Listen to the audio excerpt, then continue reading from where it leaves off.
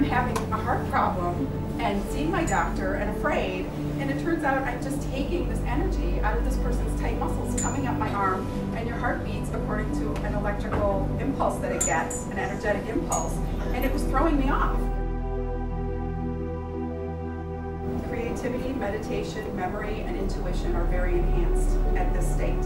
A lot of people now will say, as this is becoming integrated into our culture, you know, I have this situation, I have this problem, I'm going to go meditate on it. They're literally going to this frequency, and information, you know, problem solving happens there.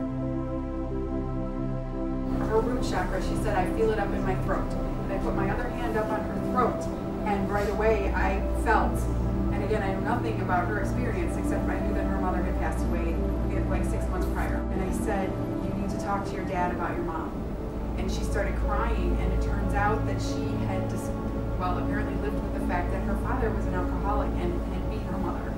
And now she had lost her mother, and she had all this resentment towards her father for treating her mother this way, and throat chakra about speaking your truth. So she was very much in a battle between, I need to get this off my chest, I'm angry with this man, and I'm down to one parent, and if I lose him, I'm an orphan. So she had this battle happening here. Unchecked, this could cause problems here, okay?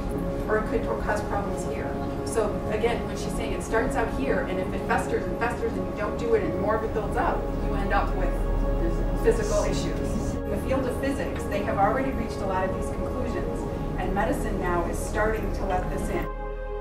If you look at the time frame, 2500 BC was when the Chinese were mapping out the meridians that she talked about, developing the basis for acupuncture, which is pretty well accepted now.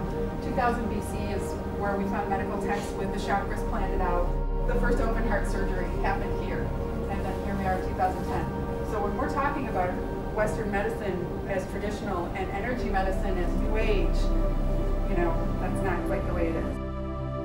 The experiences in my office got more and more incredible, and it just seems like such important information, and I understand that there are some people that are skeptical or don't see the value in it, but now that I understand it, I think it's so important, and I just really want to share this information with as many people as possible.